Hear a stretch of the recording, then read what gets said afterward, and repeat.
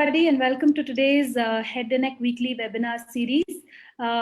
We've begun with our oral cancer module, and we are in the middle of it. I think we have 2 or 3 more presentations left in this module. And today's webinar is really special. It is by Dr. Neerav Trivedi on the ITF clearance, and we are really looking forward to this. Before that, a small introduction on what we've been doing so far. I hope my screen is visible to all. Yeah. So, one second. Yeah. So, like I said, we've begun our module on oral cavity cancers. Before this, we had the module on the neck. All our videos are available on our YouTube channel, AHNOK webinar. You can subscribe to it to receive the latest videos. Also, like you can see, we've had some prolific speakers join us from join us internationally and nationally as well. And most of our talks have been, almost all of our talks have been really well appreciated, and they've been taken very well. These are the talks that we've had so far, and what we have remaining is on pathological assessment of tumors, or on adjuvant chemotherapy and immunotherapy, and on reconstruction. We'll be following up this module with the reconstruction module. Parallelly, we also have the minimally invasive head and neck surgery COMED series running, which we have on every Sunday. This has been spearheaded by Dr. Akshay Kutpaje from my senior colleague, and we've had 3 so far on transoral laser surgery, and we've had the one on robotic surgery last Sunday. The second module of the robotic surgery is tomorrow, so please join us for that. Again, we have international and national faculty joining us from all over, and this is going to be one spectacular session as well. This has all been with the Academia of Head and Neck Oncology. They've been supporting us in everything we've done so far. And the Academia also supports any budding head and neck surgeons and any practicing head and neck surgeons to network and communicate. And there are various other things that we can benefit out of this membership. So please become a member. Write to them at info@ahnok.com. So nothing is possible without the team. I really want to thank my senior colleagues, Dr. Ravi Nair sir, Dr. Vishal Rao, and Dr. Akshay Kotpaje sir, who've been guiding us through this. They are the people who actually started this entire endeavor. I also want to thank my colleagues, Dr. Anand Subhash, Dr. Bhargav, and Dr. Ritvi, who've been helping us, who made this entire thing possible. So thank you, everybody. I think to introduce our speaker for today, Dr. Vijay Pillai will be introducing our speaker for today. My job is to introduce our moderator, Dr. Vijay Pillai. I don't think he needs a lot of introduction, except to say that he's somebody who has a double degree. He's literally a scholar. He's a consultant head and neck surgeon, and he's heading the department at Mazumdar Shah Cancer Center currently. He's also a reconstructive surgeon. He's the recipient of the fellowship from AOCMF. He's a clinical fellow from there as well. And he's someone who has always inspired a lot of us young head and neck surgeons to pursue towards excellence. Welcome, sir. I hand over the session to you for further. Sir, you're on mute right now. So hi, sir, you're on mute. You'll have to unmute yourself, sir.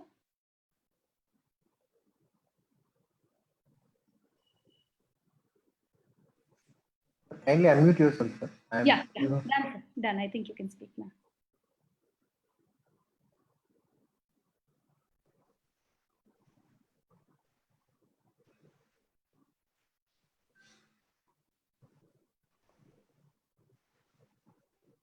No, we can't hear you. I think Dr. Vijay Pillai is unable to unmute. Yeah, 1 second. Yeah, Shalini. Yeah, now you're able to. Yeah. Thanks a lot for having us on this evening for this wonderful session. We've been following this closely, the webinar series. Initially, Dr. Akshay started, then with you also spearheading it, and also with Dr. Bhargav. I know Dr. I mean, it's the whole team at HCG which is doing this. Now, to introduce today's speaker, I don't think Nirav sir needs any introduction to anybody who is actively involved in head and neck. He's been my mentor. He was a faculty and he was a senior consultant here at Majumdar Shop before he moved to Ahmedabad and then subsequently to Mehsana. Now, sir he's a prolific surgeon. That's all I can put across, So some of the things which have inspired most of the new head and neck surgeons have actually been on the foundations that he has laid.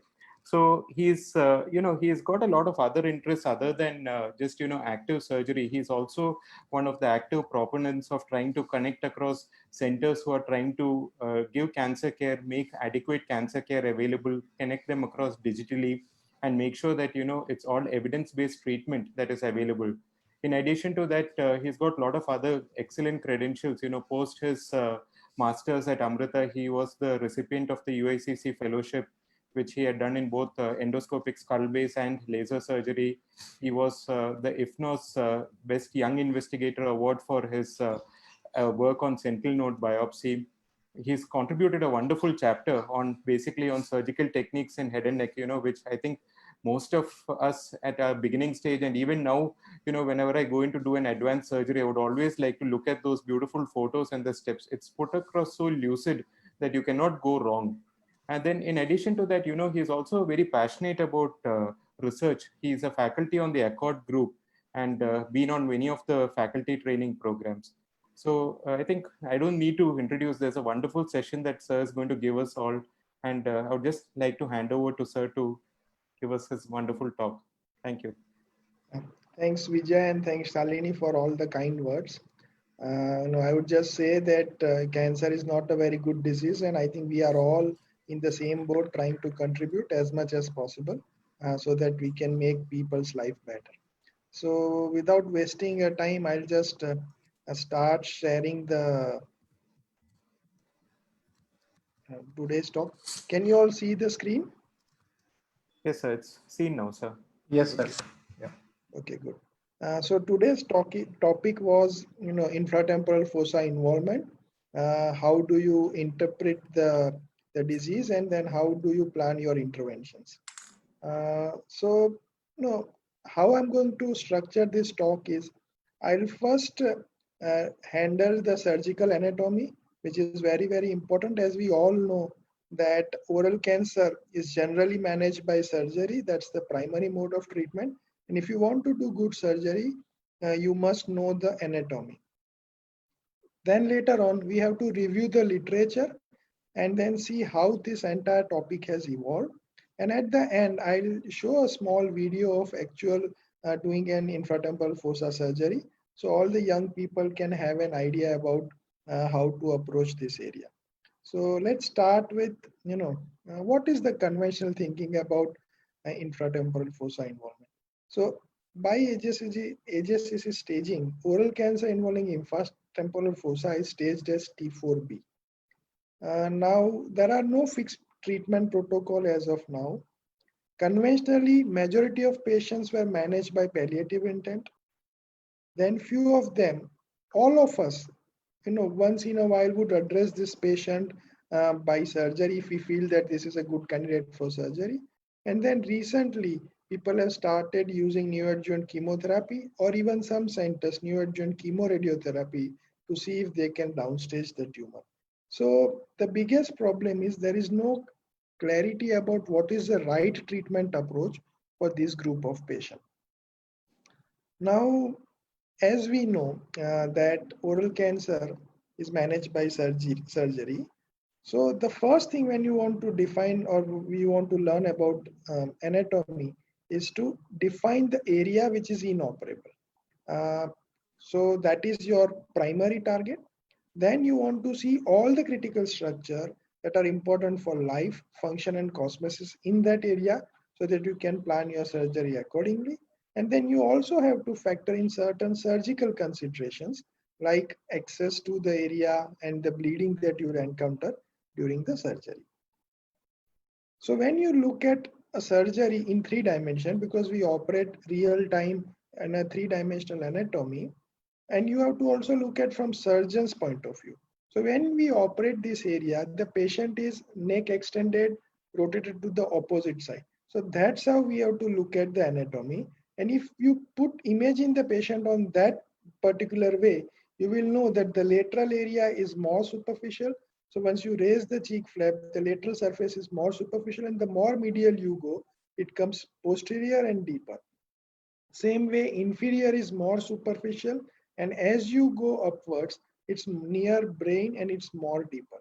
So that's a rough understanding that you need to have about how the anatomy pans out. Now let's look at this a slide which is kind of giving you a rough idea about the muscles involved in mastication and infratemporal fossa space. So once you raise the cheek flap, the most superficial structure is masseter muscle, that's the most lateral. Then comes temporalis muscle from this temporal crest behind the zygoma and gets inserted onto the coronoid process. And once you remove those structures, then you get ascending ramus of mandible. And when you go medial to ascending ramus, you have a medial pterygoid muscle going from angle of mandible to the lateral pterygoid plate, medial side, and then there is a lateral pterygoid muscle. And then comes pterygoid plates. So this is how roughly the structure of infratemporal fossa is seen. Now we can see this in another schematic diagram, that medial pterygoid muscle. So this vertical line divides medial and lateral. This is ascending ramus, and then you go laterally, you will have a masseter muscle and temporalis there. This is medial pterygoid muscle, which gets inserted onto this medial surface of the lateral pterygoid plate. While the lateral pterygoid muscle starts from condyle as well as part of the sphenoid bone, and that gets inserted onto the lateral pterygoid plate and part of the sphenoid bone. So this is how the anatomy of the infratemporal fossa, the muscular anatomy. Now we also need to look at the neurovascular anatomy, and this is also of significance. This area is highly vascular. So there are two structures, one artery and then venous plexus, that really create trouble for us while we are operating. So this is your external carotid artery, and then it gives an internal maxillary artery, which passes just behind the ascending ramus, just below the condyle, neck of the mandible, just here, and then passes between two lateral and medial pterygoid muscles and gives numerous branches. So one of the things that we can try and do is always identify and ligate the intermaxillary artery before we enter this area. Second thing, there is a pterygoid venous plexus, which is like a mesh of vascular tissue, and you touch, it bleeds. So one thing that everybody should remember is that while you address this area, if you can request your anesthetist to keep the blood pressure down around 90 or 80 systolic, that is going to be the single most important factor helping you clear this area without much problem. Second thing, this is a neural anatomy, and this is foramen ovale. And then you have an inferior alveolar nerve and lingual nerve that comes through this area, but both the nerves need to be sacrificed when you resect this area. Now again, a schematic anatomy and the concept of compartment, that how you can remove the entire compartment and block. Certain things about the relative operability or inoperability, that when tumor is involving the lower half of the infratemporal fossa, they are more amenable to surgery because they are kind of away from the skull base and intracranial compartment, and then you can get a good soft tissue margin there. So just tumor involving medial pterygoid and masseter, much easier for us to address. And then what are the inoperable structures that difficult to clear surgically with conventional technique? Skull base bone involvement, pterygomaxillary fissure, foramen ovale, or tumor has gone into intracranial compartment through one of these two. So this is a rough overview about the anatomy of infratemporal fossa. Now, second aspect of our talk, we are going to review the existing literature to understand disease profile and how you classify the various spread of tumor. Then comes what are the different treatment protocols people have tried and what is the inference of those papers. And then we will try to identify what is the optimum surgical technique as well as treatment protocol, and how should we look forward to further expand the boundaries. So now I'll list a few of the important publications that has kind of shaped this area of literature. So Liao et al. Has was the first guy who actually addressed this area in a scientific way, and he published 2 or 3 very good papers who gave us a brief about how to address this area. Then our group has published few papers. We defined a concept called compartment surgery to address this area, and then did a pathological study. We also have published an atlas, and then there are a couple of other guys, one from Tata Group, who has kind of tried to address this area by giving neoadjuvant chemotherapy. And then there is Fang FM, who has, addressed this area by giving neoadjuvant chemoradiotherapy and then performing the surgery. Recently, Vijay has published a very good and very big large series of about 280 patients of infratemporal fossa involvement. So these are the major publications that has shaped the literature for infratemporal fossa involvement. Now I have written a review article in Head and Neck, and most of the things that I am going to present today about the review of literature I've taken from that article. And I think someone who really wants to understand the entire how literature is developed can refer that article and to have a very good idea. Now let's look at what Liao et al. Published to start with. So the first paper, just 1 minute. Okay, so the first paper was trying to compare T4A versus T4B. So when he started addressing this area, he realized that HSCC stage infratemporal fossa involvement as T4B. But in a clinical practice, we know that involvement of a masseter muscle or a medial pterygoid muscle is not inoperable. So he questioned that wisdom, that why all the patients of infratemporal fossa are involved or are staged as T4B. So he published a series where there was 103 patients. 58 patients were conventionally staged as T4A, while 45 were T4B. All the patients were treated with surgery, and the concept was not compartment surgery, but a directed clearance, trying to get 1 centimeter margin all around. They showed very good local control and overall survival, about 70% local control and 60% overall survival in both the arms. Both the results were comparable in both the arms. They said that most important prognostic indicator was margin status at skull base. And for tumors, they were lying low, only involving medial pterygoid or a masseter muscle. They could get almost 2 centimeter margins at skull base, and all of them did very well. So they recommended aggressive surgery for tumors that had limited spread into infratemporal fossa. So that was their first paper. Going forward, they decided to subclassify this infratemporal fossa into various segments and tried to find out which particular segment had a better prognosis and then which particular segment had unfavorable outcomes. So they actually divided into 6 groups, 45 patients. And of all the groups, when they divided the tumor into low and high, infranotch and supranotch tumors, the local recurrence for low infratemporal fossa was very good. So they had only 23% failure in low infratemporal fossa versus 57% failure in high infratemporal fossa.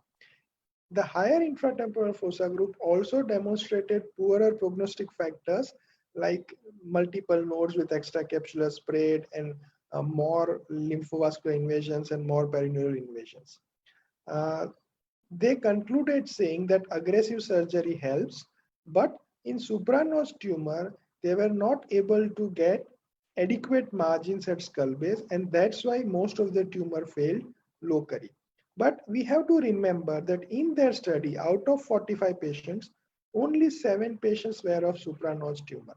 So and then based on this study, we all have been writing these patients off, which in my opinion is not proper, because you cannot, deny a patient chance of cure if your literature only consists of 7 patients. And if you remember, 3 out of 7 were actually doing okay.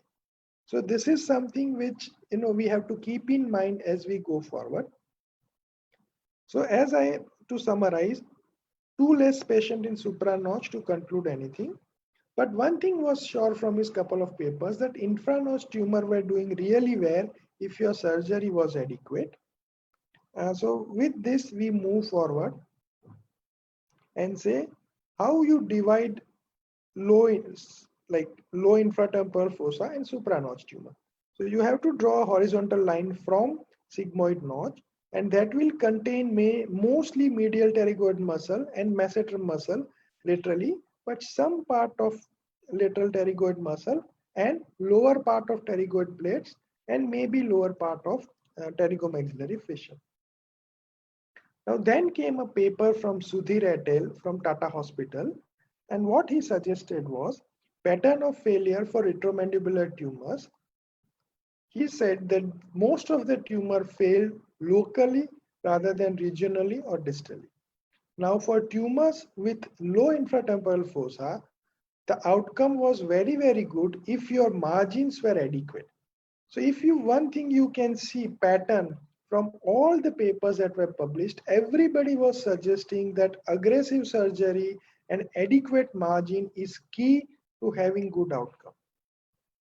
Again, they concluded saying aggressive resection for low infratemporal fossa brings good outcome. Now, based on these 2 papers, various groups have tried to improve the outcome. Now, there have been 2 approaches that people have tried. One is how you can increase the radicality of the surgery, and the other approach has been, can you downstage the tumor by giving some kind of a neoadjuvant therapy and then achieve negative margins. Again, if you remember, intention of both these approaches is to ensure that how we can improve local control or improve our margin status. So then we published an atlas with Springer in 2014 and 15, where we proposed a concept of compartment surgery, or rather resection in 3rd dimension. I'll briefly address this concept and then we move on to infratemporal fossa. And the work we started from time around 2011-12, and then by 2014 and 15, we had a concrete idea about how to put this onto paper, and that's when we published. So if you look at this, what are the limitations of conventional surgical approach? In a conventional surgical approach, we always start cutting from mucosa and then gradually go depth, and then again do the same thing from the opposite side, and we try to meet posteriorly. Now this is fine for superficial tumor, exophytic tumor. But when you have a tumor which is very infiltrative, it's in an area where there is multidimensional anatomy, there is a chance that when you come from anterior to posterior, you will miss some tumor tissue at the depth. This is very well established in literature that deep soft tissue margin is one of the most critical areas to achieve good local control. Why this happens is because when you go from anterior to posterior in depth, the blood vessels actually come from depth. So you always worry about bleeding. There are multiple structures going from various areas, muscles coming from every direction, your nerves, everything. So there is a multidimensional anatomy. And while you are operating, there is normally a worry about if you can injure some important structure. So that's why most of the time for a very infiltrative and a posteriorly located tumor, you end up having a positive margin. So what we conceptualized was that rather than going from anterior to posterior, can we combine these 2 approaches? So for a superficial area, we start from anterior, but at the same time, we go to the base and we mobilize the base first. So for a deeper area, we come from posterior to anterior. So when you combine both this, you are always working from anterior to posterior aspect, and tumor is always in front of you. I'll explain you a little bit in detail that if this is a tumor and these are the neurovascular structure coming here, if you go in the neck, in the parapharyngeal space and identify the blood vessel that is entering or supplying that area and ligate that, your major worry of injuring carotid vessels or any other named big vessel is gone. Then you go all the way down where muscles are inserted and detach the muscles right away from there. This way you will mobilize your entire tumor in front of you, and then you come from the mouth, palpate the tumor, and then make your mucosal cuts. This way you will always have tumor in your hand. So this is probably a very good approach for large infiltrative tumors or tumors that are located deep or posterior. Now, everybody thinks that compartment approach is a supraradical approach. It's not 100% true. Compartment concept is removal of entire anatomical subunit in which tumor is contained. So it is a supraradical approach in certain areas. But the entire concept is not only compartment resection, it is the resection in third dimension. So we use compartment surgery in infratemporal fossa because that infratemporal fossa tissue contains lot of venous plexuses, lot of blood vessels, and all the structure that they are contained are only muscles, which will become functionless once the mandible is removed. So you are not adding any morbidity, but you are improving the consistency while you approach the negative margin. So that's where we should use compartment approach. But for tongue, posteriorly located tongue tumor or oropharynx tumor, we actually prefer to term it as selectively radical approach or resection in 3 dimension, and we combine transoral and transpharyngeal approach to ensure that we get good deep negative margins. So our talk today is only about infratemporal fossa, and I will not deviate too much from the talk. So what are the advantages of doing this compartment surgery or removing the entire anatomical subunit of infratemporal fossa through this approach? So we know that pterygoid muscles have pterygoid venous plexus, and we all have experience that you touch there, it bleeds. So if you try to go through the tumor, through the muscles, you are always working with lot of bleeding. And that's where you will lose track of where you are, and you may end up cutting short and end up having a positive mark. So that is one of the reasons why if you go around and you completely avoid the pterygoid tissue and actually hug the bone all around and strip the muscle off from there, then you can potentially avoid most of the venous bleeding. If you go around, then you can ligate the intermaxillary artery before here. This will again aid into bleeding control. One of the most important result of this approach is that you completely eliminate the judgment error.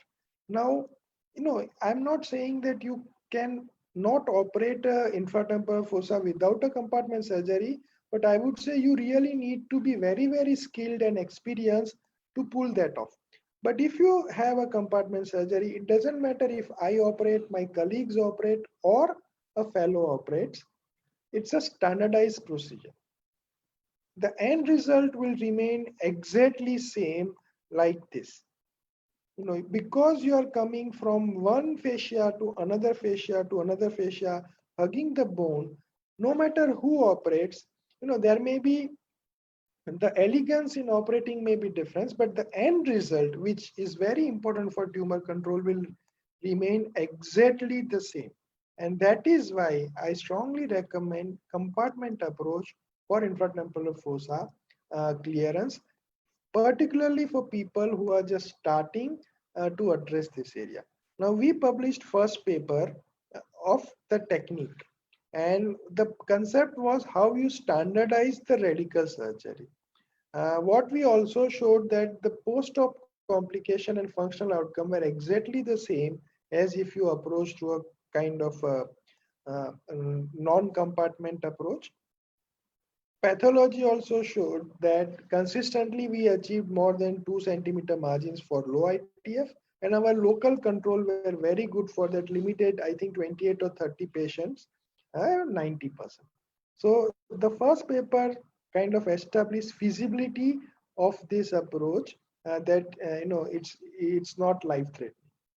Then there was a second paper where we tried to study specimen of these resected tumors, about 45 patients, and we did sections at every 5 millimeter or something to understand the pathophysiology, extent of spread, try to correlate it with radiological scans, and then we try to propose a classification. So instead of dividing infratemporal fossa just into supranotch and infranotch, what we realized by this study was that you can actually classify these patients into 3 groups. One was a class 1, which is like low infratemporal fossa, where only ascending ramus, medial pterygoid, or masseter muscles were involved. And based on our sections, we could realize that you always get a very good soft tissue margin at the depth if you do a compartment surgery. Then there was a class 2 or intermediate group where the tumor was actually involving multiple components, lateral pterygoid, temporalis, sometimes even plates. But even in those patients, if you did a compartment surgery, you were getting a decent margins. Pathologically, you can see that maybe a centimeter was still spared at the depth and all that. So we thought that this should be your class 2 or intermediate grade. And then we came to the last class where tumor were actually infiltrating the fissure area or foramen ovale, or in rare circumstances, sphenoid bone. And this is where we were ending up having positive margins. And in our classification, we term that as a high or supranotch tumors. Based on this classification, Vijay published a very, very large series of about 282 patients. 182 patients were classified as T4B, and then class 1 and 2 were majority of them, 174, which is generally we prefer to give surgery. Real class 3 ones most of the time would go for palliative intent. They showed very, very good margin control, about 87% margin control for class 1 and 2. Local control was also extremely high, 80% for class 1 and 2. And overall survival was about 60%. I haven't gone into detail of this paper because Vijay was going to be there with us, and all the questions regarding this paper or things that I have missed, Vijay can contribute later. So in general, the inference was that for class 1 and 2 had good outcome, and compartment surgery can obtain consistent margin control at the skull base. What they recommend through that paper was to change the staging system for tumors involving infratemporal fossa from T4B to T4A for class 1 and class 2 defect. That was the inference, and that was the intention of publishing those results. Now, based on what we have seen, we have seen the conventional literature, we have seen how if you do radical surgery through compartment surgery, how the results look like. Now we will go and see if we try to downstage the tumor to improve the margin status, what happens. So we have a paper about neoadjuvant chemotherapy with TPF and then neoadjuvant chemotherapy with CTRT. So one paper from Tata Hospital, neoadjuvant chemotherapy, they have published few others recently. So 110 patients, they give 2 or 3 cycles of neoadjuvant chemotherapy. This was over a period of time. So some patients got 2 cycles, some patients got 3 cycles. About 27 patients with low infratemporal fossa out of 65 actually became operable. Now, based on other paper, we know that infratemporal fossa, low infratemporal fossa, all 65 should be operable from day 1.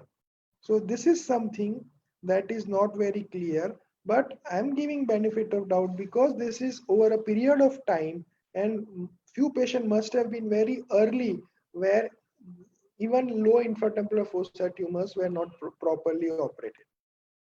What is interesting for me is that of 27 high infratemporal fossa, only 4 became operable.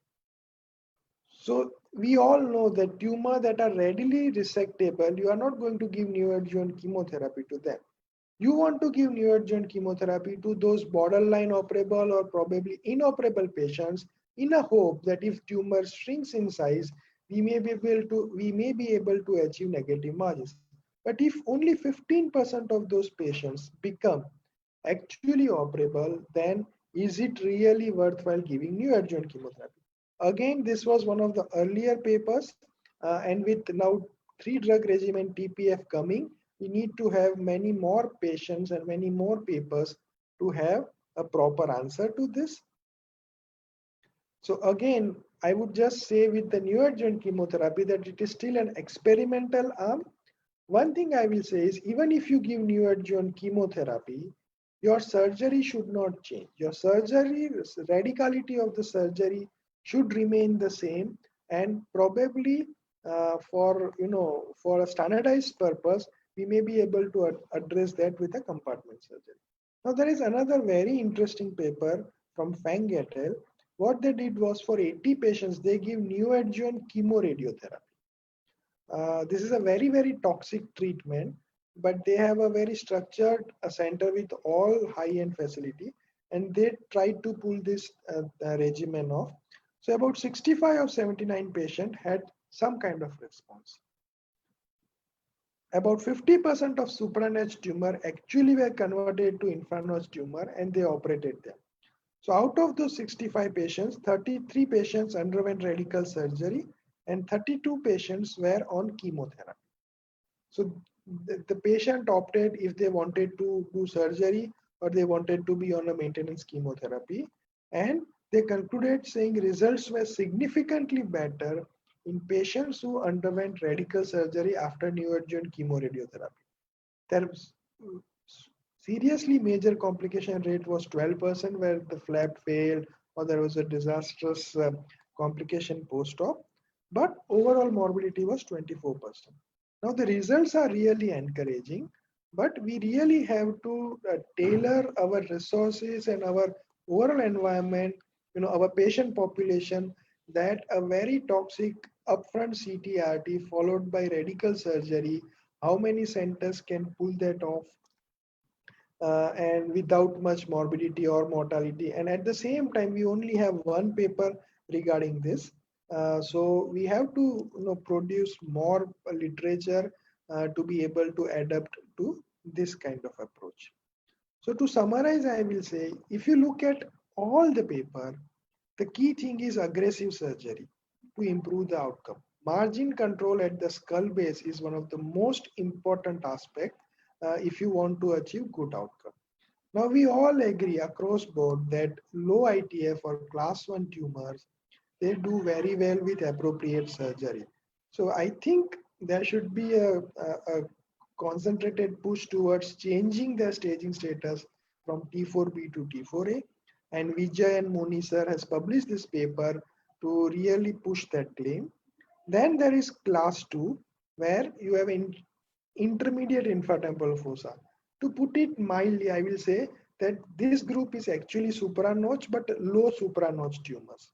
And you have seen from Fang et al.'s paper that about 50% of supranotch, so probably they were this intermediate class 2 tumors whom they gave CTRT and they were downstage. Our paper also had certain of these intermediate grade papers, and then we operated them and they did very well. So there is a group of supranotch tumors where there is a feasibility for us to achieve good margins, and these are the patients where there is a potential for cure. And then there is a class 3 patients which are really high, stuck to skull base or gone intracranially. And these are the tumors where we really need to think some novel strategy. Straightforward upfront surgery may not be adequate to achieve good outcome. Now, one thing very, very important for us to remember that going forward, whoever publishes their data should try to stick to a standardized classification or a standardized concept and a theme, so that when we grow, we can have a similar type of literature and we can based on those literature, we can actually form very good policies. For surgically, I would say compartment surgery. Recently, many people have started publishing their data of 50 patients, 70 patients, and everybody has adopted compartment surgery. So I can say that for infratemporal fossa, this approach now is becoming a kind of a standard approach. Approach to downset the tumor is really interesting concept, but we really need to ensure that there is still many more data that is available before we can adopt it as a standard of care. And as I said earlier, all further studies should report their results on a standard format so that there is a uniformity and we can form policies based on that. Now, this was the overview of infratemporal fossa. Now I will try and show a 10-minute video clip about how we operate infratemporal fossa for the fellows who are just starting their practice. So this was a video which I recorded maybe 8-10 years back. So this is the concept of en bloc removal of entire infratemporal fossa, a case of left retromolar trigone tumor with trismus. You can see the tumor. We have planned a midline lip split incision. Skin was not involved. And this is all the way till master tube. This may or may not be necessary, but I like good exposure. And this was done in a, in a rural area in my own clinic in Mehsana, where free facilities are limited. So I did PMMC flap. Sir, may I interrupt? The video isn't visible to us, sir. Just 1 minute. Yes, sir. Is my screen properly seen? The video is screen because there is a message saying your screen sharing is paused. Yes, sir. We can see your screen. We can see your screen, but the presentation is still on. We can't see the video. Hello. Yes, sir. We can see your screen, but we cannot see your video.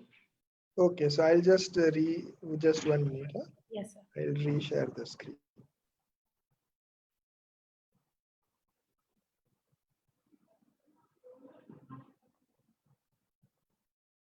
Can you see now? Yes, sir. We can see it now. Okay, so I'll just start. Yes, sir. Start. Okay, so that was the PMMC flap used. Again, don't feel ashamed of using a PMMC flap. It is a really good flap for our circumstances. So that's the neck dissection bit. You can see the marginal now, ligated facial vessels.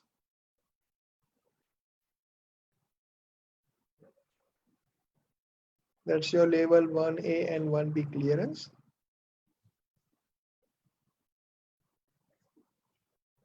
That's your level posterior belly of digastric. Spinal exercise now. The sternocleidomastoid muscle was divided mainly to facilitate insertion of your PMMC flap. Preserve the nerve. That's your neck dissection.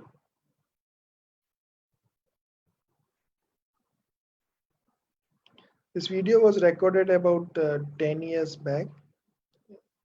So then you are raising the cheek flap. Always ensure that you try to take all the unhealthy mucosa around tumor into your resection margin. Raise the cheek flap deep to the buccinator. So this is buccinator and this is subcutaneous tissue. So always try and go deep to the buccinator. Now when you come on to the masseter, try to take the masseteric fascia away into the cheek flap to preserve the facial nerves. Posteriorly, when you go, there is a plane between parotid and masseter, and you try to open that plane. Based on your theory of compartment surgery, you are going to detach the masseter muscle all the way from zygoma because you want all the content of this into the. This is your buccal pad of fat. I'll just pause that and explain you. This is a posterolateral wall of maxilla. This is your zygoma. You have detached your masseter muscle and temporalis. All what you have to do is you keep your tip of the cautery oblique and go deep beneath zygoma to hit the sphenoid bone. So remember one thing, don't go vertically down, always keep dissecting in an oblique frame. Sometimes if the tumor is really high, you can actually detach the zygoma, a centerpiece of the zygoma, and then can have a very easy access to the temporalis higher up. Even if the tumor is not very high, but you are just starting to operate, then you can actually detach the centerpiece of the zygoma without a problem and then have an access directly to the temporalis muscle higher up.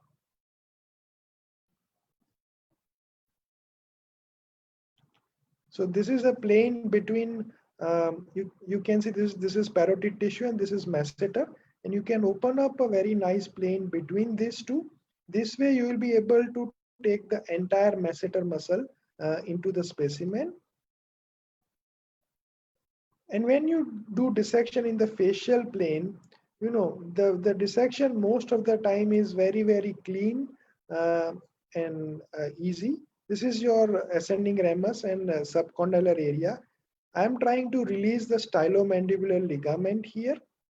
You can see that's the posterior belly of digastric, and that's angle of mandible. And then below there, where I'm palpating, is a styloid process, and that's the stylomandibular ligament. Once you release the stylomandibular ligament, you enter the parapharyngeal space. Medially, there is a lateral pharyngeal wall, and laterally, there is deep parotid lobe. And you can actually put your finger all the way down to the, you can palpate the pterygoid plates there. Once you release that, your entire mandible will become much more mobile, and you'll be able to freely rotate the mandible. Now this is your sigmoid notch. This is the area of infratemporal fossa. You can see zygoma here, posterolateral wall of maxilla here, and your condyle here. So this is temporalis and then lateral pterygoid high up, and your carotid erection should always be going up to touch the sphenoid bone. So this entire soft tissue, that's a coronoid process there, and the entire soft tissue needs to be included in the specimen. That's the posterolateral wall of maxilla there. And this is where your pterygomaxillary fissure will come.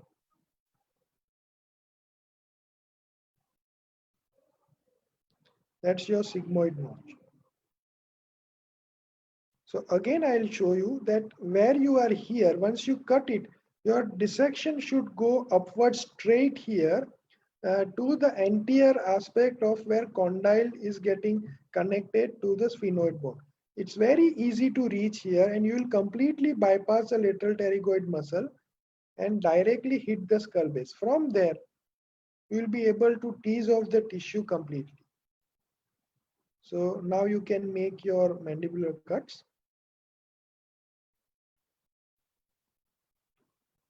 Then you will detach your mylohyoid.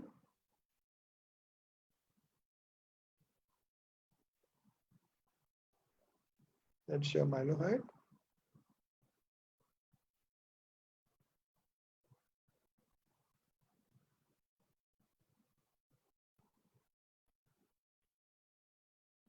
This procedure is as simple as doing a routine composite surgery and can be done in any setup. So this is, I have lifted the mandible laterally. So you can see the tumor in the retromolar trigone area. You lateralize the tongue and take adequate margins. So you can see the soft palate here. So this is very important. Now we all talk about the infratemporal fossa and the skull base and lateral pterygoid clearance, but this is equally important. If you see here, this is your soft palate and uvula, this is tonsil here, and this is your lateral pharyngeal wall. What I am holding here is the lateral pharyngeal wall. So this is very, very important that medial pterygoid here, you enter this parapharyngeal space. This way, you are posterior to the entire tumor that is located in your retromolar trigone oropharynx area, and that is how you are going posterior to the tumor. So the same approach can be used for advanced tumors of oropharynx or oral cavity tumor that has gone on to lateral pharyngeal wall. So now here you can see very nicely that's your lateral pharyngeal wall that is being detached posterior to your tumor. this was, I was telling that how you can come from posteriorly. So I'm actually anterior to the tumor. Tumor is here, but I'm actually anterior to the tumor. When I want to go there, I'll again be anterior to the tumor. So with this approach, when you combine anterior and posterior, you are always anterior to the tumor.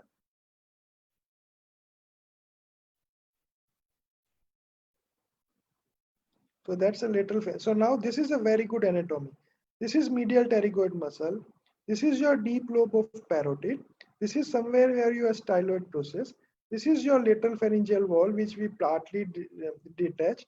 And this is your tonsil, your soft palate and tumor here. So here there is pterygoid plates where your medial pterygoid muscle is getting detached. So this is the area of your parapharyngeal space. The internal carotid artery runs deep to this. You are above styloid process. So if once you create this, you are safe that you are not going to damage the internal carotid artery. And if tumor has not pierced through and come in this space, you are not going to have a positive margin, at least posteriorly. Then what you have to look, second thing is at the top where sphenoid bone is attached. Sphenoid bone is addressed. So in this particular case, our posterior margins are completely clear, and I don't even need any pathologist opinion because there's a nice facial plane being protected. So that's your parapharyngeal space. And you can see the tumor there, and you can see the adequacy of the margin that we have. You are taking full thickness soft palate by doing this. The other thing is I'm absolutely not worried about any blood vessel here because I've kind of in an area where blood vessels are posterior to me, the tumor is anterior, the internal maxillary is already ligated. So this is where you actually bipolar or ligate the internal maxillary artery at just behind the subcondylar area. So we have ligated the internal maxillary there. We are making a subcondylar osteotomy. Once you do that, this is what I want to show you, that you start using the cautery right upwards, not this way. If you go here, you are within the muscles and then you will struggle because it will bleed. If you retract this condyle laterally and then go right up here, immediately you will hit the sphenoid bone, and from there just hug the bone and go all around. That will make your life very easy, and at this particular time, you request your anesthetist to keep the systolic blood pressure around 80 or 80, 85. And that's when you will, your life will become very, very easy. So again, you can see the direction where I'm going. I'm not going anteriorly, but I'm actually going posteriorly and superiorly. And with the tip of cautery, actually, I can palpate the sphenoid bone very nearby. And within some time, I will immediately reach there.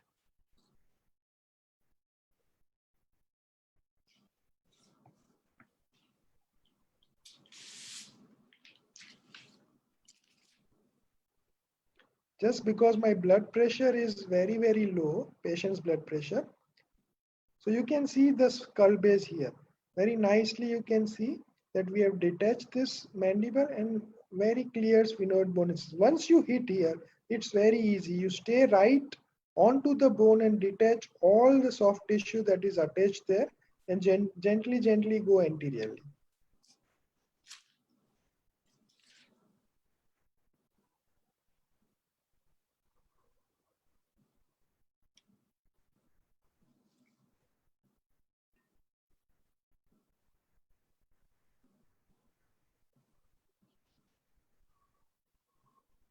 So this way you go anteriorly and then gradually pull the tissue down. Many people use bipolar cautery, some people use harmonic.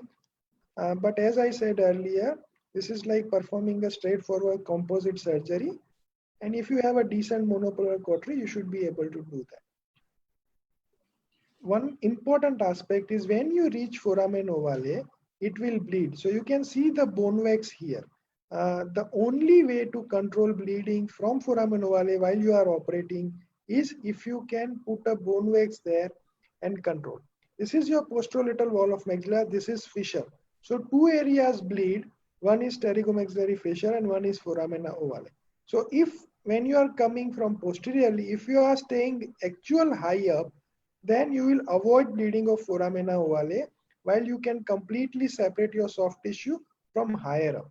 When you come lower down, it will bleed, but at that time, most of the things are actually under control. So, and then there is a fissure. So there are two questions here when you're talking about the operative technique. One is they have a Vijay, I question. can't hear you actually. So this way You can hear me, sir? Soft palate, which is involved. so you can take the margin. It's So- only 2 more minutes. So let me finish Vijay and then we can, talk. Sure, sir. Sure. So you can see the generosity of the margin that I have taken. These are advanced tumors and you get only one chance. So, you can see we are far, far away from the tumor. The entire soft palate is in our hand. Once you do that, you make your maxillary cut. And the last bit, because I was working in a small clinic and, so this is your eustachian tube area that you are detaching. And that's your last bit from the skull base.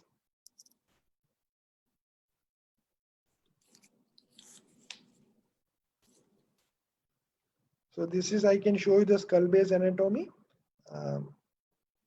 So this is your eustachian tube there. If you stay anterior to eustachian tube, you will not damage your internal carotid artery. That's your sphenoid bone there. That's your pterygomaxillary fissure area. You have taken the entire antrum. And this is your specimen. You can see the margin, adequacy of the margin all around. So that's your mucosal margin. What is more important is your depth, and you can see the entire specimen is on a facial plane. And there is a lot of, this is your skull base extramuscular chunk. So with this way, you can try and get the maximum margin at the skull base. Then use a pectoralis major flap to reconstruct. And most of the time, even this flap is adequate. At least it gives a good mucosal seal. There will be a halo in the infratemporal area. So that was about it. Now I think we can go back to Vijay and ask for his comments and take it from there. Thank you.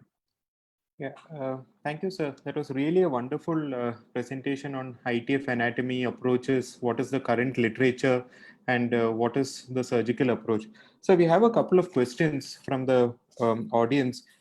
I'll first put up the ones which were regarding the surgical thing.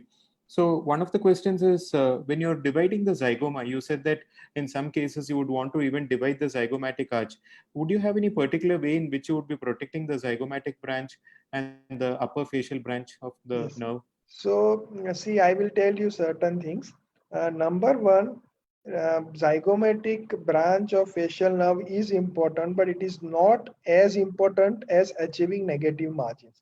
So when you have a tumor where the skin is involved, or tumor has come out of your buccinator and gone into subcutaneous tissue involving the masseter, focus on achieving negative margins, take a wider soft tissue there without worrying about zygomatic arch.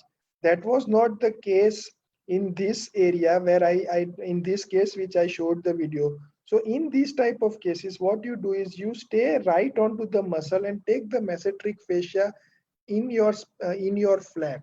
So that way the facial nerve is protected above that masseteric fascia.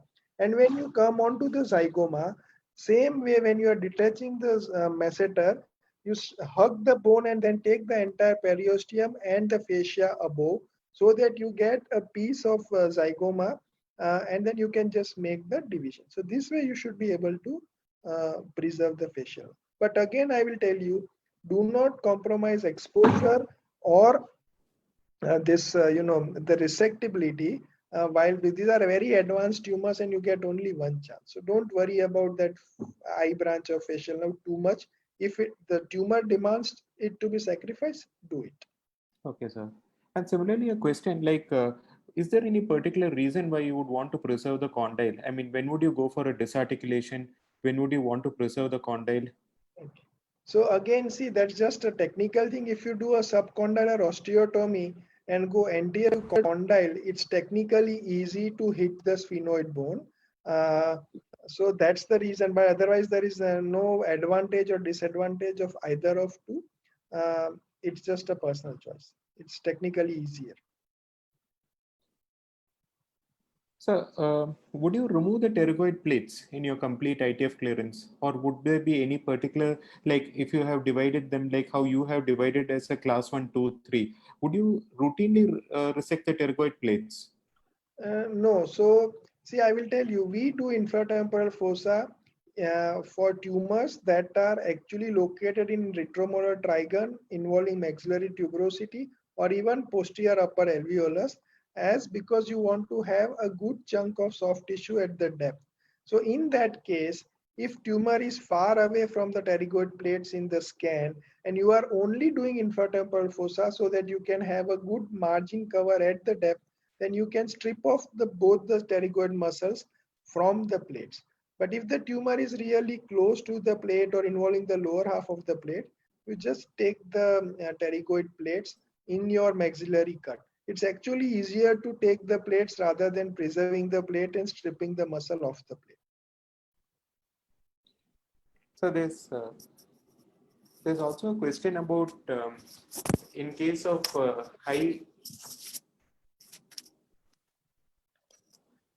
Yeah, that is in case of a high ITF, would you be having a concern about what are the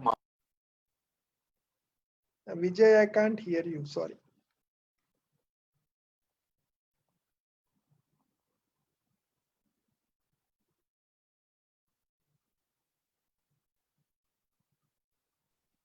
Dr. Vijay sir, we can't hear you right now.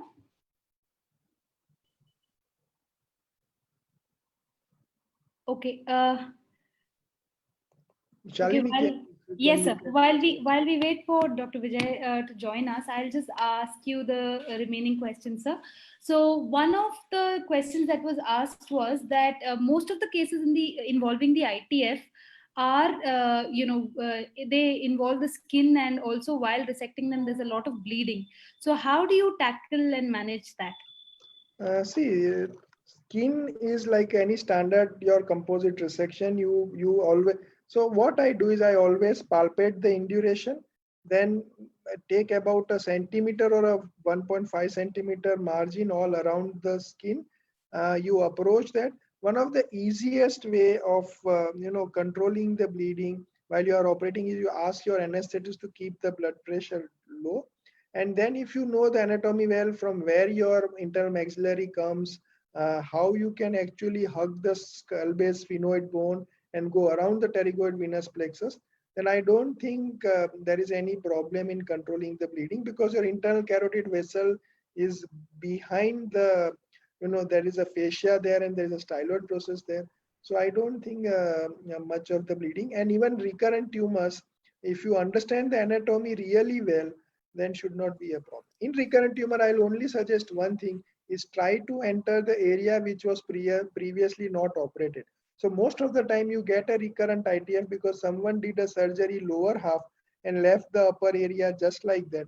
So in those cases, rather than entering from below, what I do is I go, the upper dissection happens first, and because that's a kind of a virgin area, and then you can nicely clear that area. So I don't think there is a problem. You had the first slide, which was really good, where you said that there is absolutely no clarity on what is operable versus non-operable when you talk about advanced buccal mucosa. So what are your thoughts? I mean, will this question ever get answered if somebody considers a multi-institutional, something like a randomized study, look at whether the NACT arm would have much more superiority? I know you would never agree to this sort of a study design. No, see, I will tell you, Vijay, that when we talk about science now, we all have our own biases and we all have our philosophy, but we should always have an open mind.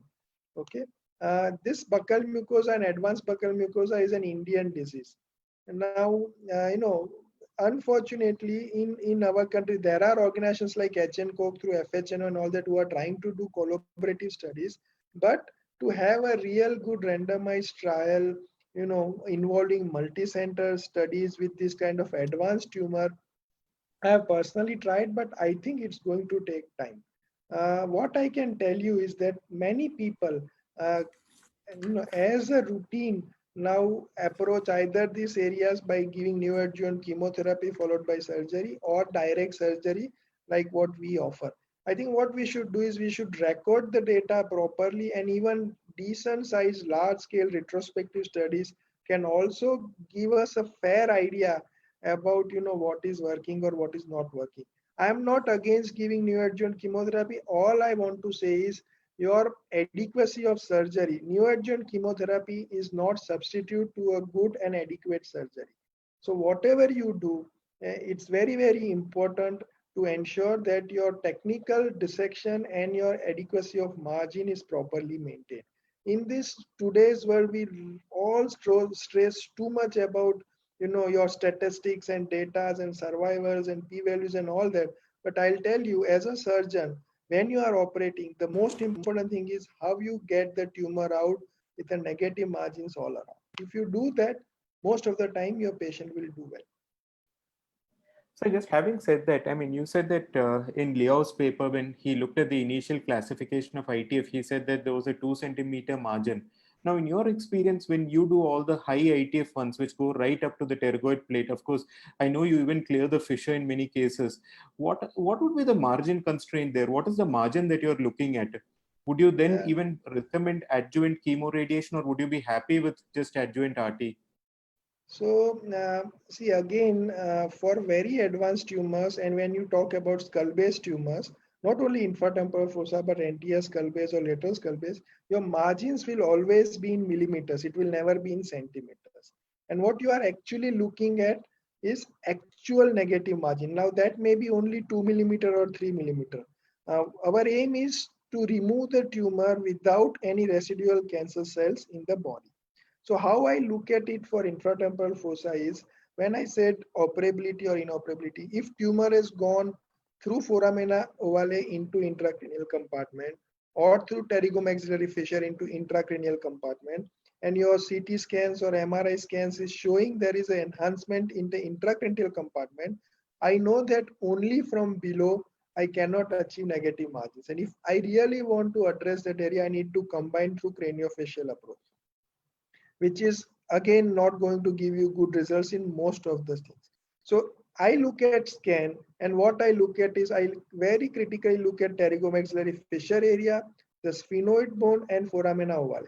And if I see there is no tumor in all these three areas, then that is an operable tumor for me. Even if pterygoid plates are involved, your lateral pterygoid is involved, or your temporalis is involved, because I know that if I can go really high, then I will ultimately most likely get negative margins for these structures, won't be a problem. So I look at the scan for areas of inoperability, are they clear or not? And these are the three areas that are inoperable for me. Lower fissure involvement is still operable. If that has tracked to the superior orbital fissure through pterygomaxillary fissure, then that's a no-no for us. Yeah, I think that's a very pertinent point that Sir has made. He highlights that you need to look at the areas of inoperability and then deem the patient inoperable rather than looking at it at T4B. So there was a question like this categorical division into a high and a low ITF. Of course, that started out with Liao's initial paper where they used to go through the notch. Now, going ahead, like how you have proposed a new classification, what was the logic in how you devised the classification? Now, what you said should be the one that we all advocate subsequently. So Vijay, when I looked at the literature, it's basically Liao et al.'s only papers were there. And when I looked at it, they were like very clear that low infratemporal fossa or infranotch is operable. And we all agree from clinical perspective, they are readily operable. What they said was supranotch did not give good results and they should not be operated. And when I look at the numbers, there are only 7 patients, and actually 3 out of 7 were doing quite well. And then when I started doing infratemporal fossa surgery, how actually this compartment concept came was I was worried to do surgery through conventional approach, because Moni sir would use bipolar and his experience to go around the tumor in a very nice way. But when I tried to replicate that, I was very worried about internal carotid artery, internal maxillary artery from where. So I decided that why don't I ligate those, or I safeguard those vessels first and then remove it. So that's how actually this started, that I was going all around even for a small tumor that was there. And then I realized that this is a very good way of addressing the infratemporal fossa. And in that case, many of the patients were actually having high infratemporal fossa. And on a follow up, they were doing well for a year, 18 months, 2 years. There was no local recurrence. This was when I was at NH Bangalore. And that's when I realized that there is a subgroup of patient in that high infratemporal fossa that we are actually getting negative margin through this compartment surgery, and we should not directly write them off. And the same thing I saw in Fang's paper, and same thing we have seen in your paper, that there is a subset of patient in a high infratemporal fossa that is there is a potential for cure. And as an oncologist, that's all what we can do, give them a chance. So that's why I thought that it is good to have your class 1, class 2, and class 3. Class 2 still needs more studies to authenticate that they are readily operable, or which is a better approach, direct compartment or giving neoadjuvant therapy and then doing a compartment. That's still debatable, but I think that group has a potential for cure. So that means, basically, to summarize on that, if you get a clear margin and there's nothing positive there, the adjuvant would still be, in your thoughts, only radiation? I think I leave generally the adjuvant therapy decisions to radiotherapists. And in our Okay, institute, sir. we follow it very standardized criteria. Is a positive margin or extra capsular spread, we give adjuvant chemoradiotherapy. And if the margins are negative, and we work very closely with the pathologist. Never ever try and influence your pathologist to change the margin status, accept it the way it is. If they say it's a Okay. closed margin, it is a closed margin. If they say it's a positive margin, it is a positive margin. Because in oncology, that you do your best, but then sometimes disease beat you. It's okay. So we had one question on what are the approaches for the infratemporal fossa. So you described how the lip split or how you would go circumferentially. So there was a question on if it is only something in the maxilla, would you consider any other approach for the ITF, or would it be the standard approach that you had shown in the video? So actually, no, after the video, there were three, 4 slides which I had kept for various maxillary tumor approaches. So see, first thing, lip split, central lip split or angle lip split. That is kind of decided based on where your tumor is. So if tumor is really posteriorly located, like what I showed in the video, then you can very safely do a midline lip split, which will give a better cosmesis. But sometimes, or most of the times, in buccal mucosa, tumor is always coming close to your angle of mouth. At that time, if you do a midline lip split, then you will lose your middle part of the lip, and which will be a big problem for reconstruction. So better to do an angle lip split. That was one thing. If the tumor is in maxilla and going posteriorly into infratemporal fossa, there are classical approach, transmandibular approach, first described by Tiwari sir, and then my colleague Shilpa and Moni sir has published a paper on transmandibular approach for maxillectomy, where tumor is going posteriorly. So what you do is do a lip split, then do a paramedian or parasagittal mandibulotomy, and then raise the mandible along with cheek, right? Go to the medial pterygoid muscle and detach it from the mandible surface. Go upstairs, ligate your internal maxillary artery, then detach your lateral pterygoid muscle, and that way you hit the skull base, and then make your conventional trans or your maxillectomy cuts and remove the entire tumor en bloc. So that is what conventionally described. But the only limitation of this approach is the reconstruction. You need a free flap, and second thing, most of these patients end up with a trismus, post-op trismus, because your mandible integrity is maintained. Now what I started doing when I was in Bangalore was I did an angle osteectomy. I would remove 1 centimeter of the bone in the area of coronoid.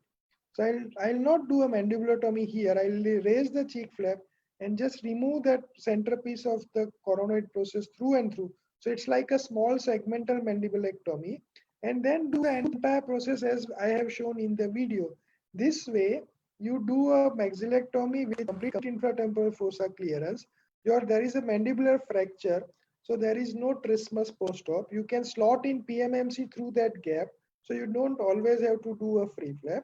That way your mouth opening is good, and just because you have removed a small piece of mandible, there will be malocclusion, but it won't be that severe. This is particularly good for our patients who have submucous fibrosis and already have a pre-existing trismus. So if there's a concern that you got tumor which is going along the posterolateral wall of the maxilla, as you were showing that you clearly showed how the posterolateral wall of the maxilla could be seen, and you said you need to orient your cautery obliquely so that you detach it all the way from the sphenoid. In that case, would your osteotomy would you do a drop down for the maxilla? Like, would you take the orbital floor also in toto, or how would your approach So that? again, that was there in my last slide, which I didn't show because the time ran out. What you do is, I think you should, all of you can go through the atlas that I have, and I have described that. What we do is we take the zygoma, and then here we detach the fronto-orbital process, and then we detach the eye from your orbital floor and put the periosteum elevator into the fissure there, and then make a cut. So we preserve the orbital floor medially, but we take the orbital floor laterally with the zygoma. And then when you down fracture the maxilla there, what you'll get is a posterior wall of maxilla and fissure, and then root of the pterygoid plate. So from top you can make a osteotomy right through and through, so that the entire specimen comes en bloc. So this is the approach that we use for real high infratemporal fossa, where we need to take the lower part of the fissure and the entire pterygoid plates right from the sphenoid. If it's a high ITF, sir, would you ever do a frozen section at the high ITF once you've cleared it? Like, would you want to sample that nerve at the So what foramen? will you do if your frozen comes positive? Whatever you had to remove, you have already removed it. Yeah. You can do, there is never, you can always do that, but there won't be anything that, that there is left that you can actually remove and you haven't removed. So I don't think it's going to be of that great help. Sir. Okay. So there was one question, like, do you ever do something like an anterior ITF clearance? Like, do you ever have a policy that you would not clear the complete ITF if it's just involving the masseter and the medial pterygoid, Yes. and only take the anterior? I mean, do not have to take the lateral pterygoid at all. Yeah. So see, again, till now where we have come is kind of a basic understanding about infratemporal. And as we go forward, we'll have to tailor our approaches based on, classifications and all those things. So what we are working towards that, and probably in some time we'll publish another paper of various approaches for infratemporal fossa. What my feeling is, if your tumor is only involving your last lower molar going to the medial pterygoid or a masseter muscle, I don't think you really need to do a complete infratemporal fossa, because when you do a subcondylar osteotomy for a segmental mandibulectomy and you ligate your internal maxillary, you can create a very clear plane between your lateral pterygoid and medial pterygoid. There is a nice plane in between, and you can detach your medial pterygoid muscle all the way from the medial aspect of the lateral pterygoid plate. So again, I will still go from out to in, but leave the lateral pterygoid muscle there and detach this entire thing medially. But this is only for a very limited tumor that is mainly in the lower alveolus area. But the moment tumor reaches RMT and is close to the maxillary tuberosity, or it is from upper alveolus, posterior alveolus, close to that junction area, that's where I always prefer to do a lateral pterygoid as well. Not because they are involved. The scan may show absolute no involvement of infratemporal fossa, but if I take those muscles, I get about a centimeter or 2 centimeter of soft tissue beyond my tumor. And those muscles which I am going to otherwise leave are of no functional use, because you have resected the mandible. So that's why in those cases, I do a complete ITF.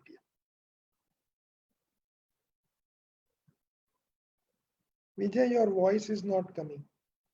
I think that's a very important point, sir, you made, that because most of the time the debate is that whether you're the functional outcome with that clearance of the ITF is going to be affected or not. So, just one question.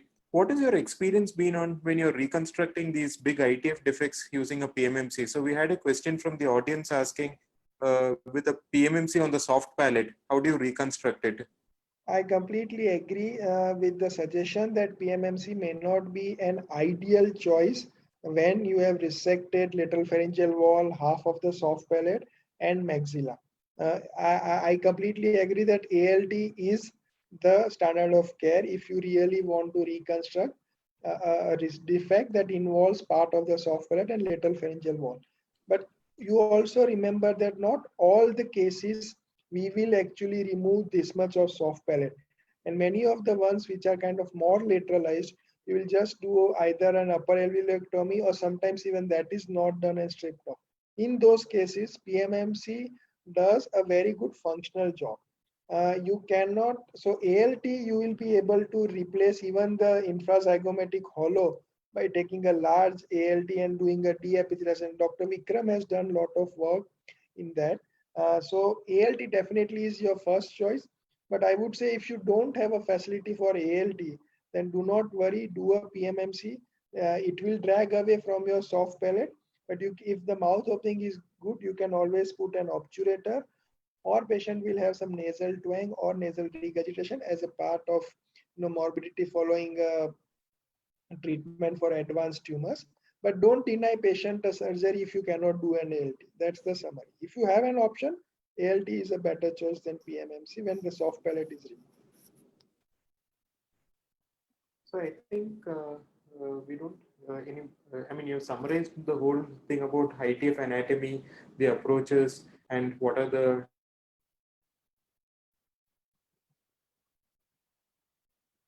Vijay, I can't hear you.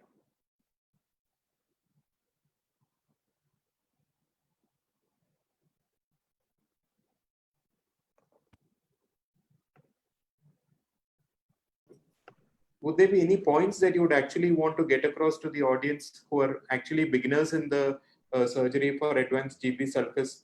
Any tips to them?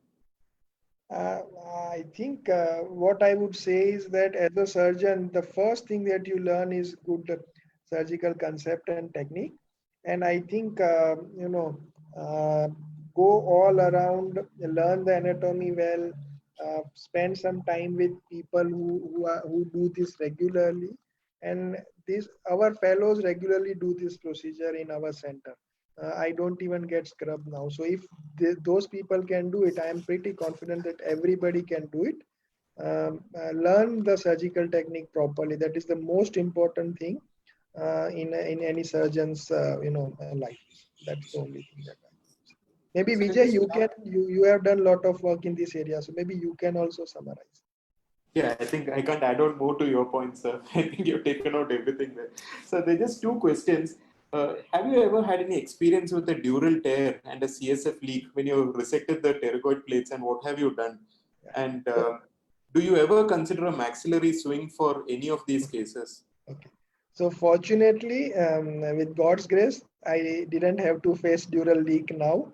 But I'll tell you, I remember what Moni sir taught me when I was doing that you always, strip off your pterygoid muscles all the way down your lateral pterygoid plate and see the sphenoid bone, and from where the lateral pterygoid plate is arising, you also look at the foramen ovale, and then only use your saw to do the pterygoid osteotomy.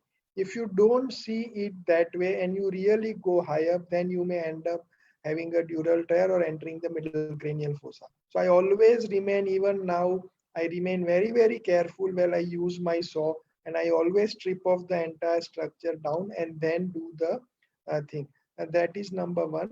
But if I guess if you accidentally have a dural leak, then if